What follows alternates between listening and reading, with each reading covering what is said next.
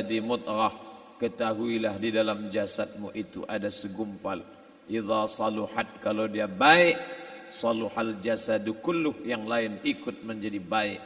Wa idza fasadat, kalau dia rusak, fasadal jasadu kulluh, yang lain ikut menjadi rusak. Di mana dia? Ala wahyal qalb, dia adalah hati. Maka yang pertama kali menghitam itu apa kata Allah? Kalla balrana, ada satu titik hitam. Ala qulubihim, ada satu titik hitam di dalam hati mereka. Ketika satu titik dibiarkan berubah menjadi dua titik dibiarkan berubah menjadi 3 titik, 5 titik, 10, 100, 1000, maka dia pun menjadi hitam semuanya. Ketika hati sudah hitam, maka itulah azab di atas azab. Khatamallahu ala qulubihim.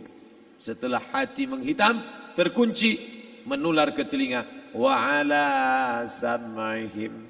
Setelah telinga, wa ala absarihim ghishawah. Padahal 3 itulah nanti yang akan ditanya di hadapan Allah. Inna sam'a wal basar wal fuad. Coba lihat, ketika akan ditanya, yang ditanya 3, tapi diawali dari telinga. Inna sam'a wal basar wal fuad. Telinga, mata, hati. Tapi ketika terkunci, yang duluan dikunci hati. Khatamallahu ala qulubihim wa ala sam'ihim wa ala absarihim. Kalau hati sudah terkunci, telinga tersumbat, mata tertutup. Summum bukmun umyum. Summum bukmun umyum. Peka, tuli, bisu, apapun tak lagi masuk ke telinga. Malam ini kita menyadarkan diri kita. Terlebih lagi yang berceramah, jangan kau hanya sampai menyampaikan ayat saja. Hai Abdul Samad, apakah kau yang bicara itu hatimu sudah hidup? Senantiasa merasakan diri, aku orang paling hina, aku orang paling kotor. Ditempelkan kening ke lantai di tempat yang diinjak tapak kaki, mengatakan bahwa aku bukan siapa-siapa. Malam ini Kepala Kanwil BPN Provinsi, Kabupaten, saya tak bisa membedakan mana yang kabupaten, mana yang kota, mana pegawai tinggi, mana pegawai rendah. Semuanya rata sama. Andai dibuat acara ini di kantor, mungkin saya segan, sungkan melihat dari seragamnya, bajunya. Tapi malam ini semuanya sama. Andai tak disebut tadi Pak Kepala Kantor, Pak Kanwil, saya pun tak tahu mana Pak Kanwil, mana tidak. Fotonya ganteng pula aslinya lagi daripada foto. Artinya apa? Bahwa kalau sudah masuk ke dalam masjid, ketika engkau merasa dirimu tinggi di atas, kau bukan apa-apa. Karena yang paling tinggi di badanmu pun kau tempelkan. Tapi saat kau jatuh, rendah, down, stres, kau jangan merasa rendah. Karena kau tegak berdiri di hadapan Allah, kau angkat 2 tangan, Allahu Akbar. Di dalam diri ini disebut dia dengan qalb. Kenapa disebut qalb? Orang Arab menyebut qalb qallaba, karena sifatnya berbolak-balik. Pada saat selesai salat, astaghfirullahalazim, tidak ada yang paling bersih, dia bersih. Tapi pada saat petang sore hari, yusbihu mu'minan, paginya putih, bersih, tak bernoda. Wa yumsi kafiran, petangnya hitam. Makanya dari pagi dibersihkan. Salat subuh bersih, salat zuhur bersih, condong matahari salat asar bersih, tenggelam matahari salat maghrib bersih, sempurna gelap malam salat isya bersih. Tengah malam bangun tahajud munajat, di tengah malam orang tertidur. Wa tusalli bil laili wan nasu niyam, engkau tegak di waktu malam, di saat orang semua sedang tenggelam dalam lelap tidur panjang, tapi engkau menangis meratap mengenang dosa begitu banyak.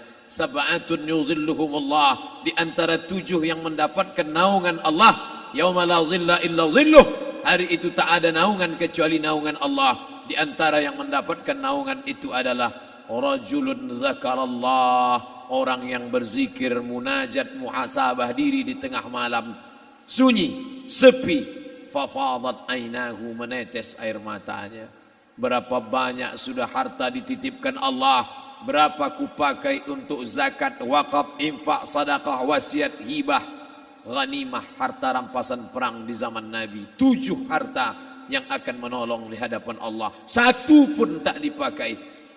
Umur diberikan Allah 40, 60, 70. Berapa yang kupakai untuk menolong agama Allah? Berapa yang kupakai untuk mengingat Allah? Mata, tangan, telinga, kaki akan diminta tanggung jawab di hadapan Allah. Al-yawma nakhtimu ala afwahihim, mulut terkunci, wa tukallimuna aydihim, tangan akan bicara, wa tashhadu arjuluhum, kaki akan bersaksi di hadapan Allah. Siapa yang bisa menolong waktu itu? Kalau pernah tangan ini saat punya kekuasaan, 1 coretan tanda tangan bisa mempermudah urusan masjid. Sebutir kekuasaan yang dititipkan Allah bisa dipakai menolong agama Allah. Itulah yang akan menolong di hadapan Allah.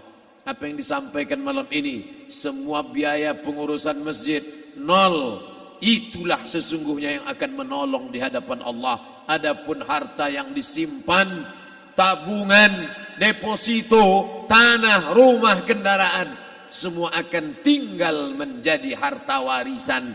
Istri mengambil 1/4 kalau ada anak. Kalau tak ada anak, istri mengambil 1/8. 1 miliar 125 juta bulan untuk istri. Kalau dia tak tahu hukum gonogini, kalau dia tahu gonogini, dia tuntut ke pengadilan, dipotong lagi menjadi 2, 500 untuk dia.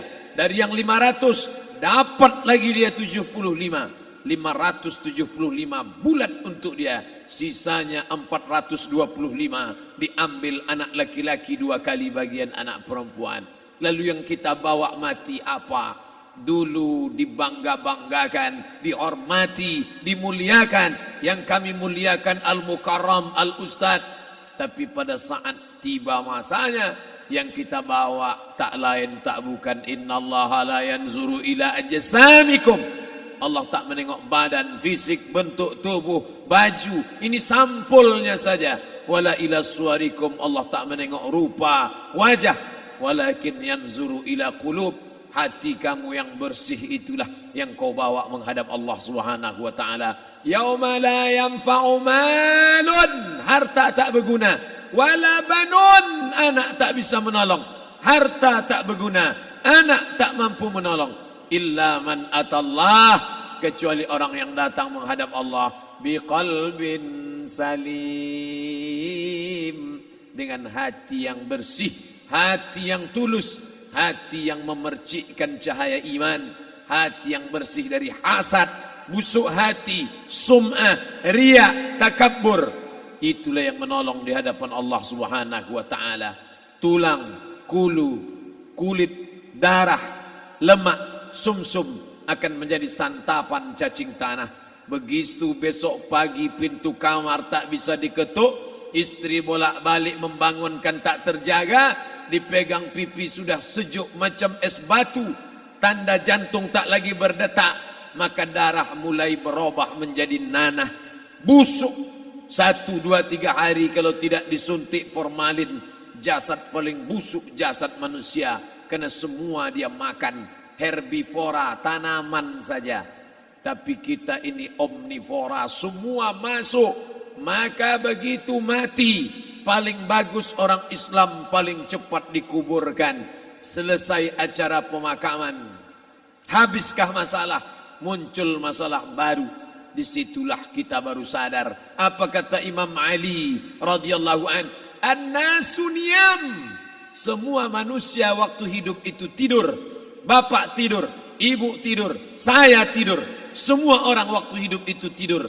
Falamma matu, ketika dia mati, disitulah dia baru terjaga dari tidur panjang. Saat Israel mencabut nyawa, ditarikkannya adalah satu centapan yang kuat. Disitulah kita baru terjaga dari tidur panjang.